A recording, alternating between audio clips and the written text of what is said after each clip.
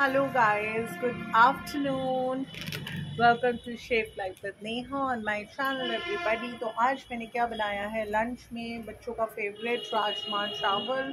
ये देखिए राजमा एंड चावल एंड उसके साथ कुछ अनियन की रिंग्स, जो कि मैंने अनियन की रिंग्स काट कर थोड़े से वाटर के अंदर सॉल्ट डालकर मैंने उसको रख दिया था थोड़े टाइम के लिए सोक कर।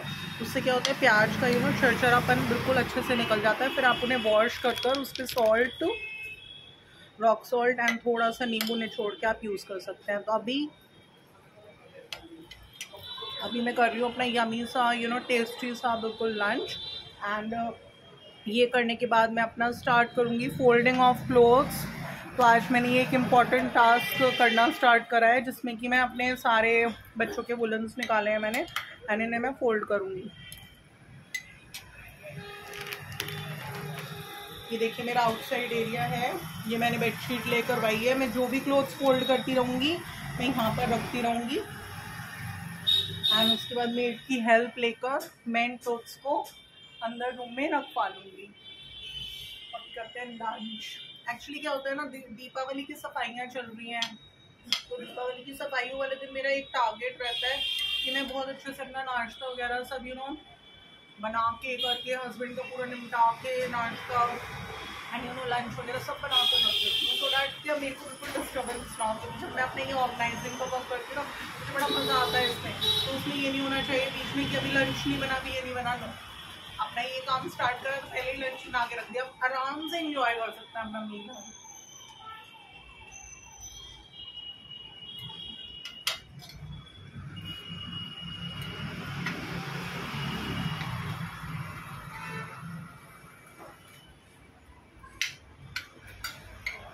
आप बताइए किस किस का फेवरेट है राजमा चावल। मेरा तो भाई बहुत फेवरेट है राजमा चावल। मुझे छोले चावल, राजमा चावल एंड कड़ी चावल, ये तीन चीज़ बहुत अच्छी लगती हैं।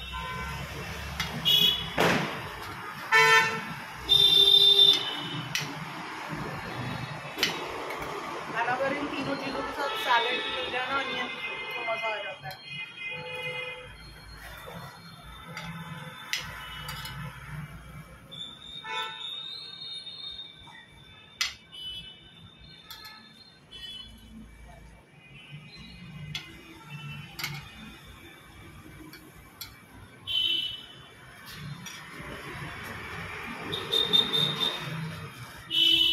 अभी जैसे मैंने अपने व्यूअर्स के साथ डिस्कस करा था अपने पिछले ब्लॉग्स में कि मैं अपने बाहर के एरिया का मेकओवर अपने भी यहाँ पर करती हूँ जितना मुझसे हो पाएगा। सो मैंने उसमें थोड़ा बहुत क्लीनलीनेस पर ध्यान दिया है। तो अभी आप ये देखिए, जिस एरिया में मैं बाहर की बैठी हूँ बहुत ज़्यादा बड़ा नहीं है, बट जो यहाँ का फ्लोर है ना वो भी बिल्कुल ब्लैकिश हो रहा है। तो मेरी प्लानिंग में ये भी है कि दीपावली से पहले अगर हो पाया तो हम जो पत्थर की घिसाई करते हैं उन्हें भी बुलाएंगे, एंड यहाँ पर जो पूरा एरिया है पूरा घिसवाना है, मुझे बिल्कुल साफ करवाना है। क्योंकि मैंने बताया था कि हमें हमेशा अपने बाहर का जो एरिया होता है ना उसको नीट एंड क्लीन रखना चाहिए, एंड जितना हो सके हमें उसे ब्यूटीफुल रखना चाहिए, क्योंकि माँ Lakshmi gets attracted towards the home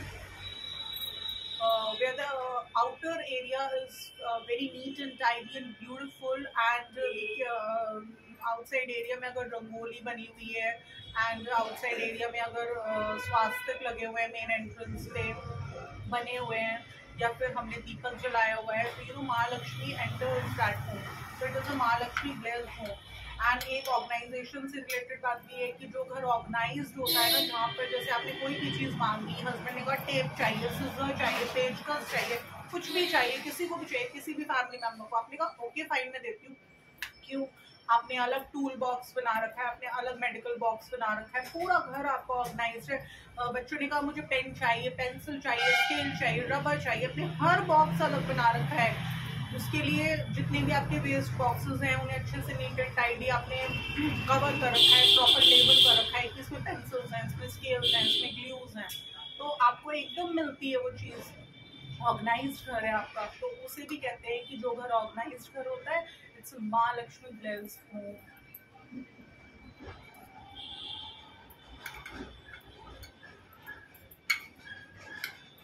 guys अभी मैं कर रही हूँ अपने राजमा चावल एंजॉय।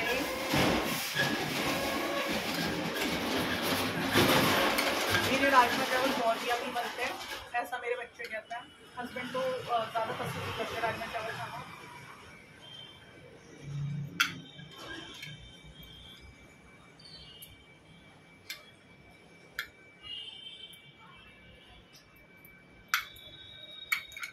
ना हस्बैंड को राजमा चावल बहुत पसंद है, ना छोले चावल पसंद है, ना कढ़ी चावल पसंद है।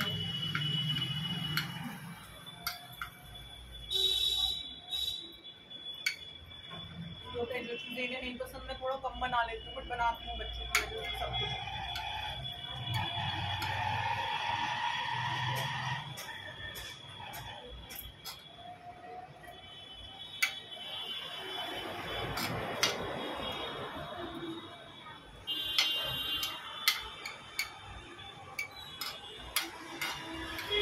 हमें जो ये पल्सेस होती हैं, बीन्स होती हैं, किडनी बीन भी बोलते हैं, छोले हैं, राजमा है, they are also rich source of proteins. तो हमें अपनी डाइट में प्रोटीन्स भी शामिल करना चाहिए, इट्स वेरी इंपॉर्टेंट।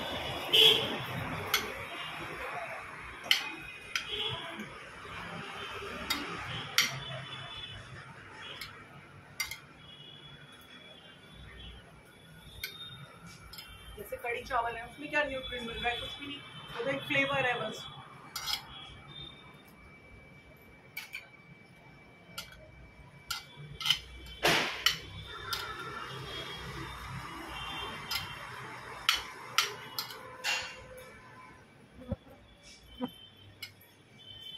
मैं क्या करती हूँ, जिस दिन मैं राजमा चावल प्रिपेयर करती हूँ लंच में, उस दिन मेरा एक वो होता है कि मेरे ऑर्गेनाइजेशन प्रोसेस में आता है कि जैसे मैंने राजमा सोख करा, आज की लंच में राजमा चावल बनाऊंगी, तो थोड़ा सा राजमा मैं बॉईल कर एक कटोरी में अलग रख लेती हूँ।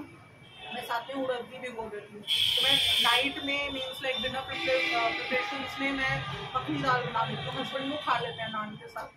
तो जिस दिन भी मेरा आफ्टरनून लंच में राजमा चावल बना है, तो प्री डिसाइडेड है मेरा कि हमेशा मखनी दाल और नान बनेगी रात में। एंड जिस दिन भी मैंने छोले चावल बनाया बच्चों के लंच में, क्योंकि ये नहीं खाते, तो उस दिन मेरा पेट है कि रात में छोले भटूरे बनने हैं, ये छोले भटूरे खा लेते हैं।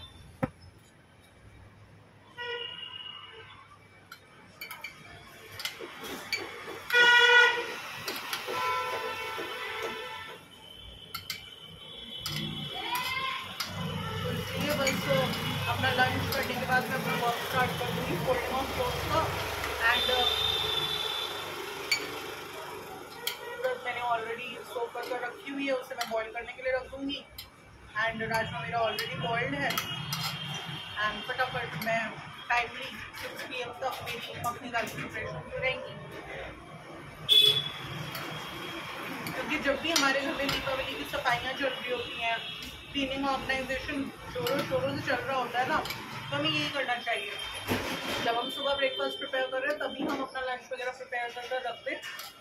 एंड कुछ थोड़ी बहुत डिनर की भी प्रेप्स वगैरह करते हैं, सो डैट किचन से एक बार हम लोग फ्री हो जाएं तो हमारा पूरा दिन हमें डिस्टर्बेंस नहीं होगा, हम आराम से अपना क्लीनिंग ऑर्गेनाइजिंग सब कर सकते हैं। और अगर हमें मेड्स की भी इसमें हेल्प मिल जाती है तो और अच्छा लगता है। आप जल्दी निपट जाते हैं, तो मेड्स का तो एक पर्टिकुलर टाइम होता है कि वो इतने बजे तक स्टे नहीं करेंगी, तो इसलिए यही रहता है कि फटाफट हम अपने किचन से फ्री होकर हम लोग इस काम में लग जाएं एंड हमें काफ़ी सारा टाइम मिल जाए कि बच्चे कॉलेज गए हैं, स्कूल गए हैं, जैसे आएंगे अगर हम उस समय एंगेज हैं अपने किसी ऑर्गेनाइजेशन के वर्क में, तो डिस्टर्ब नहीं होगा हमें। क्यों? लंच हमारे प्रिपेयर्ड है, हमें बच्चों को सिर्फ गर्म कर देना है।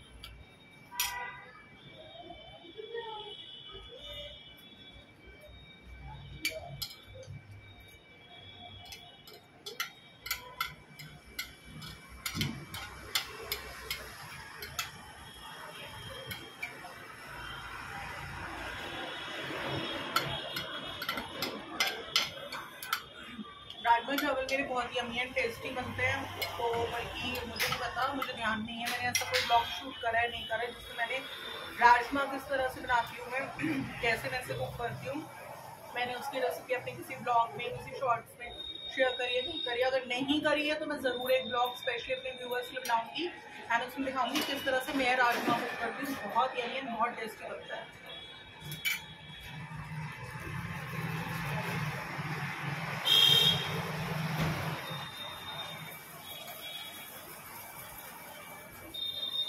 गाइस, कुकिंग में मेरा पैशन है बिफोर मैरिज ही। मैरिज से पहले से ही मेरा पैशन है कुकिंग में। मुझे कुकिंग करना बहुत बहुत ज़्यादा पसंद है। पसंद था, पसंद है और हमेशा ही होगा। जब मेरी फ्रेंड्स वगैरह मेरे साथ कंबाइंड स्टडी करने के लिए आती थी नोट्स वगैरह के लिए, तो उनकी मदर्स वगैरह हमेशा पूछती थी, कहती थी आज नेहा क्या खिलाएंगी बनाकर, आज नेहा ने क्या क्या बनाया, क्योंकि मैं 2-3 चीज़ें बनाकर तैयार रखती थी। 1 घंटे बाद कुछ ले आई, फिर 1 घंटे बाद कुछ ले आई। मुझे कुकिंग का बहुत ज़्यादा शौक है, बहुत ज़्यादा। और मोर ओवर हस्बैंड को खाने का भी शौक है।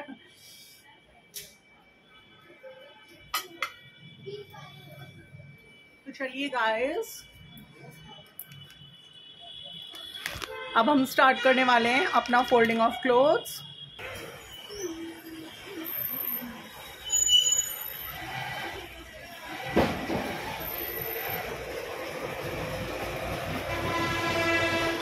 एंड गाइस मेरी एक आदत है, जब भी मैं बच्चों के बुलन्स निकालती हूँ, तो जैसे हर तरीके के क्लोथ्स ही पहनते हैं बच्चे।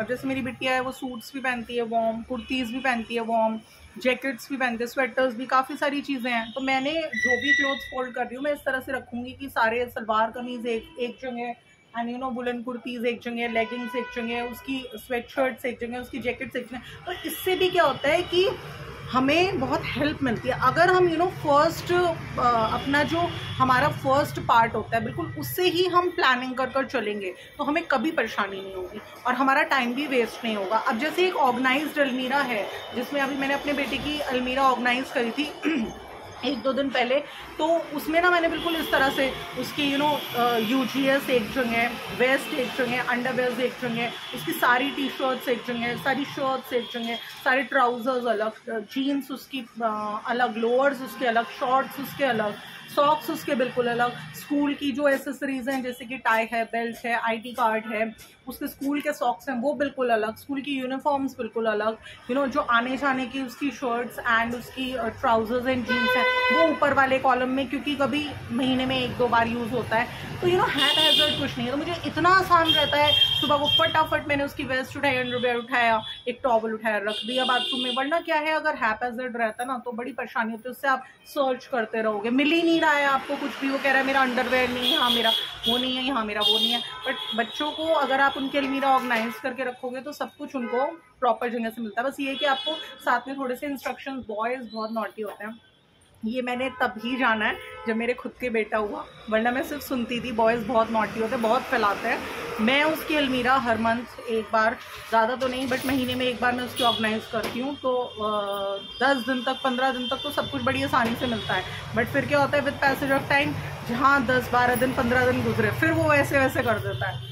तो बस उसे मुझे कहना पड़ता है, प्लीज़ प्रॉपर निकालो, ऐसे फैलाना नहीं है, आराम से लो, उसे खींचो मत, मुझे कहना पड़ता है। तो इसलिए अब मैं प्रॉपर सारी अलग अलग कॉलम्स बनाऊंगी एंड अलग अलग कॉलम्स पर अलग अलग प्लेस करूंगी। फिर बेटी उसके अंदर से देखेगी कि उसको ये वाले क्लोथ्स रिटायर करने हैं या ये वो नहीं पहनेगी, तो मैं हैंड टू हैंड कुछ मेड्स में डोनेट करूंगी, कुछ मैं अपना टेक अवे में दे दूँगी, एंड कुछ सामान वगैरह ले लेते हैं प्लास्टिक का उसके बदले में, या फिर वो भी सब कुछ नहीं होगा तो मैं डॉग सेवा में उन क्लोथ्स को ले लूँगी। क्योंकि मैंने बताया था अपने एक व्लॉग में कि जो फीमेल बिच है जिसकी हम सेवा करते हैं, उसने फिर से छोटे छोटे बेबीज़ दिए हैं। तो बस फिर मेरा ये वॉक अब स्टार्ट होने वाला है, डॉग सेवा।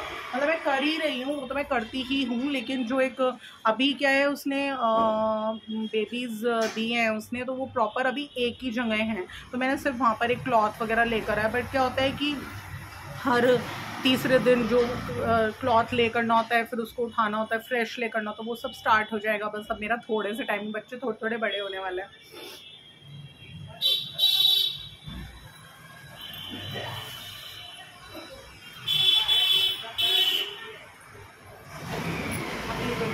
जैकेट की पूरा ही इतनी गड्डी बन चुकी है, अभी और ऊंची बन जाएगी, तो बस सब चीज़ें अलग अलग कर ली मैंने। तो क्योंकि मेरी मेड आ चुकी है एंड वो प्रॉपर टाइम से जाएगी भी, तो मैंने पहले उससे बोला कि आप दीदी बाहर के एरिया की क्लीनिंग पहले कर दीजिए, सो डैट मैं अपने इस वर्क में बिजी हो जाऊंगी घंटे भर के लिए, तो मुझे प्रॉब्लम नहीं होगी। एंड मैंने बताया था लंच में ऑलरेडी जब क्लीनिंग डस्टिंग चलती है, दीपावली की सफाइयाँ होती हैं, तो मैं ऑलरेडी प्रिपेयर कर पहले से ही रख देती हूँ, सो डैट बिल्कुल भी डिस्टर्बेंस ना हो। जैसे बेटी आई तो एकदम बना हुआ था तो दे दिया। जैसे ये बेटे की फुल स्लीव्स की टी शर्ट है, तो इस तरीके के क्लोथ्स हम अलमीरा में अभी प्लेस कर सकते हैं कि अगर बच्चे को लाइक मॉर्निंग के टाइम में तो बच्चे स्कूल ही जाते हैं, अगर बच्चों को इवनिंग के टाइम में ऐसी फीलिंग हो रही है कि हाँ थोड़ा सर्दी हो गई है, तो बच्चों को मुझसे कहना नहीं पड़ेगा, फुल स्लीव्स की टी शर्ट्स हैं, शर्ट्स तो होती हैं बच्चों की, तो ये सब एक कॉलम में उनको अरेंज मिलेंगी।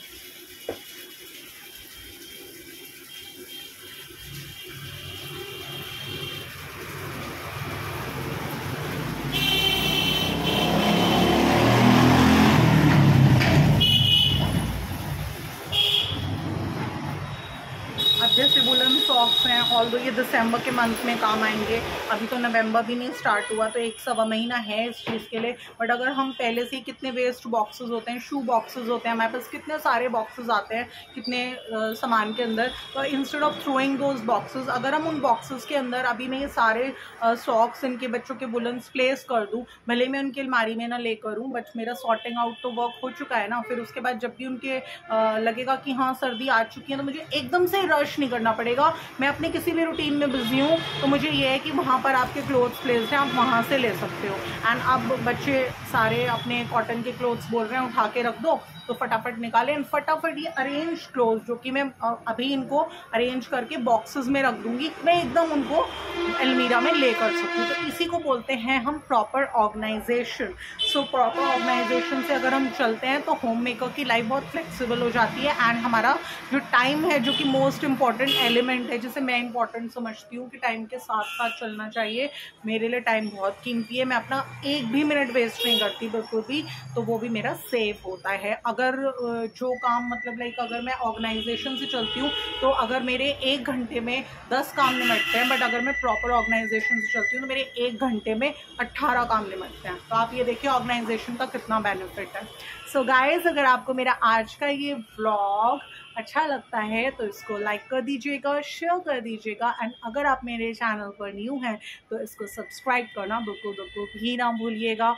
फिर मिलते हैं नेक्स्ट व्लॉग के साथ। Till then bye bye.